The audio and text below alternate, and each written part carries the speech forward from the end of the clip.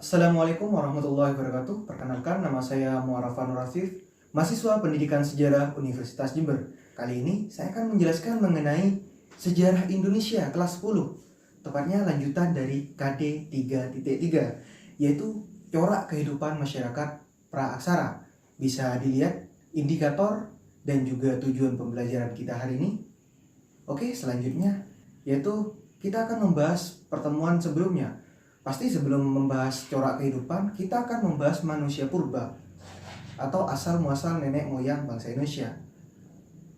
Adakah kaitan antara keduanya? Jelas ada, karena para manusia purba yang katanya berasal dari Cina, kemudian Taiwan dan sebagainya, mereka membawa suatu kebudayaan yang kemudian membentuk corak kehidupan pada masa praaksara.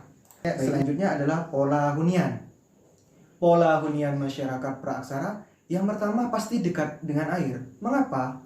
Karena air adalah sumber kehidupan. Dengan dekat dengan air, para manusia bisa minum, kemudian mencari makanan dengan mudah. Mengapa dapat dikatakan mencari makanan dengan mudah? Karena para hewan yang merupakan buruan dan makanan pokok manusia pasti akan ikut minum di sekitar sungai, danau maupun sumber air lain. Kemudian contoh kedua yaitu ciri-cirinya adalah terbuka. Ya, mereka senang hidup di ruang terbuka, tidak seperti manusia seperti ini yang memiliki rumah dan lain-lain. Oke, selanjutnya ini adalah contoh bahwa situs-situs manusia purba berada di dekat sumber air. Ini adalah Bengawan Solo. Jadi di situs sepanjang aliran Sungai Bengawan Solo terdapat berbagai situs. Bisa dikatakan Sangiran, Sambu Macan, Trinil, dan lain-lain itu pasti dekat dengan aliran Bengawan Solo. Oke, selanjutnya yaitu contoh situs-situs di Pulau Sumatera. Bisa dilihat bahwa mereka pasti dekat dengan sungai, tidak mungkin jauh. Selanjutnya, perhatikan gambar. Gambar ini merupakan bukti bahwasanya para manusia purba tidak hanya memakan hewan darat, tapi juga memakan hewan-hewan laut. Joken Modinger ini merupakan bukti bahwa mereka, para manusia purba, memakan kerang, ikan, dan sebagainya. Kerang-kerang tersebut kemudian ditumpuk menjadi satu sehingga membentuk bukit seperti di belakang saya ini. Selanjutnya adalah ciri-ciri masyarakat bahasa berburu dan meramu. Yang pertama, mereka berkelompok namun secara kecil. Jadi mereka terbagi dalam beberapa kelompok kecil guna bertahan hidup. Kemudian mereka mengumpulkan makanan, masih belum mampu, lebih tepatnya menciptakan makanan sendiri atau bercocok tanam. Kemudian pola hidup mereka nomaden atau berpindah-pindah.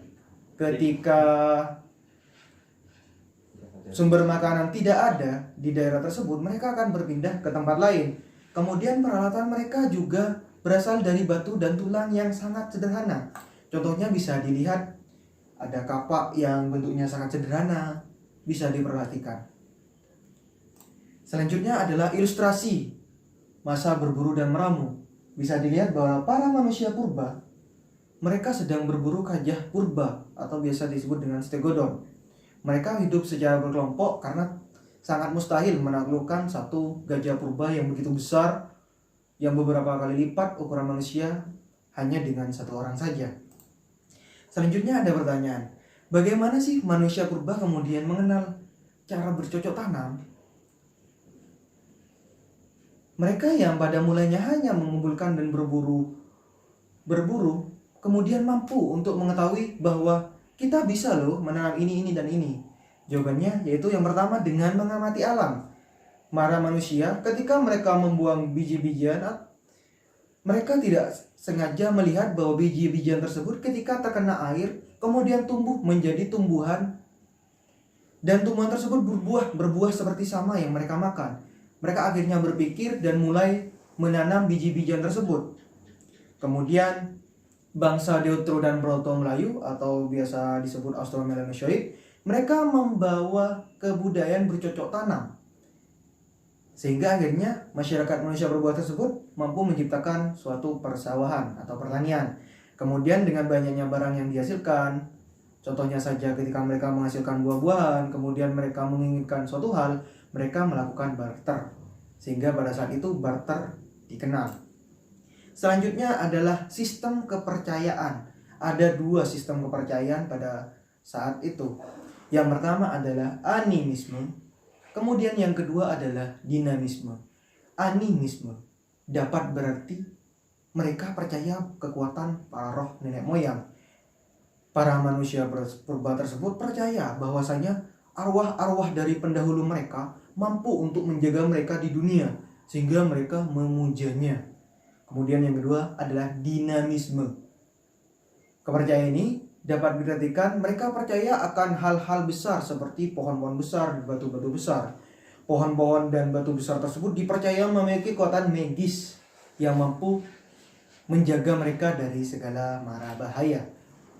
Selanjutnya, bagaimana sih cara mereka, orang-orang yang masih hidup, mampu memiliki relasi dengan orang-orang yang sudah meninggal atau para roh nenek moyang mereka? Caranya yaitu dengan membuat pemakaman yang begitu mewah. Pemakaman tersebut biasanya terdapat emas, kemudian peralatan sehari-hari dan sebagainya. Itu akan saya jelaskan nanti di bekal kubur. Kemudian kepercayaan tersebut biasa disebut dengan ancestor worship. Selanjutnya mari kita mengenal kebudayaan megalitik.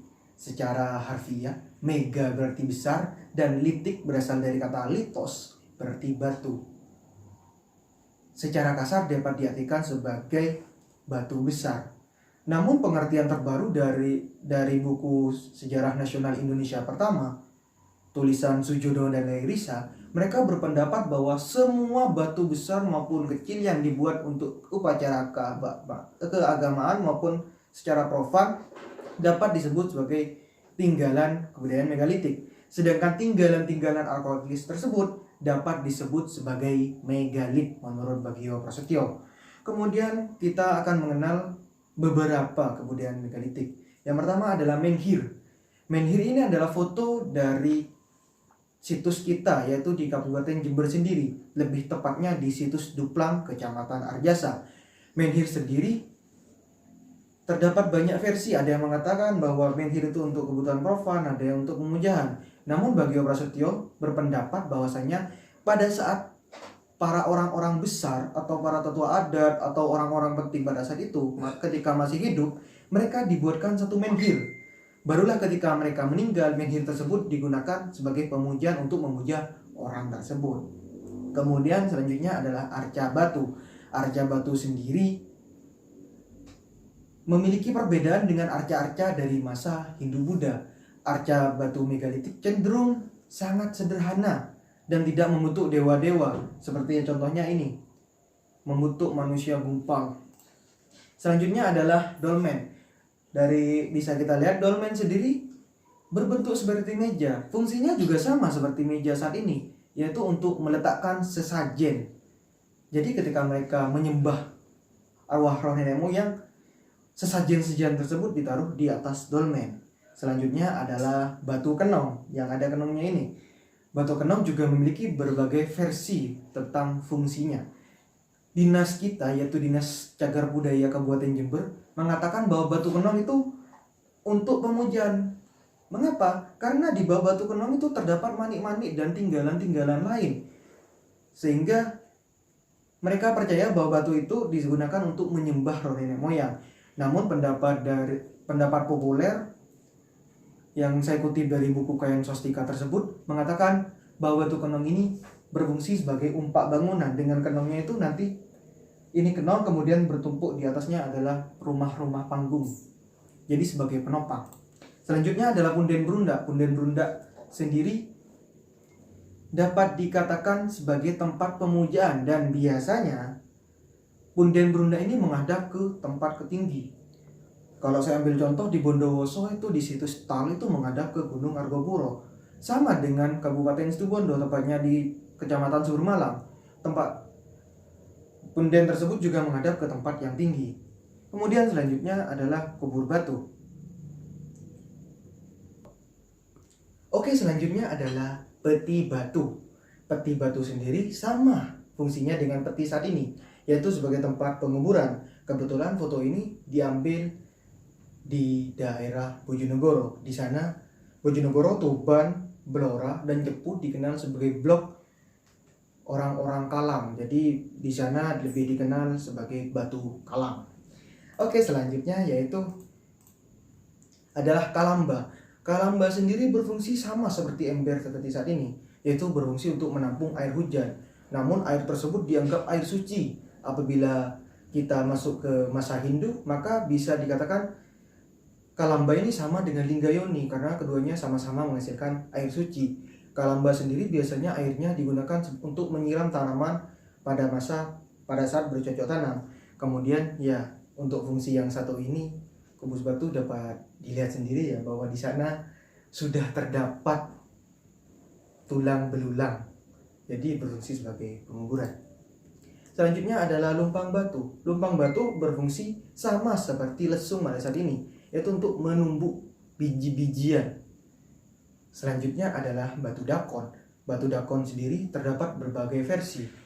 Disertasi dari Hasanuddin sendiri mengatakan bahwa apabila lubang pada batu dakon kurang dari 54, maka berfungsi sebagai profan atau kesenangan duniawi. Sedangkan ketika lubang lebih dari 54, berfungsi untuk menghitung hari tanam, kapan cuaca baik dan buruknya. Namun penelitian di daerah Bogor mengatakan bahwa batu dakon di sana digunakan sebagai tempat pemujaan. Mengapa? Karena batu dakon di sana berkumpul dengan menhir. Menhir sendiri sudah seperti yang saya ucapkan tadi, bahwa menhir tersebut berfungsi sebagai tempat pemujaan. Jadi batu dakon dianggap sebagai pendukungnya. Selanjutnya adalah perahu batu.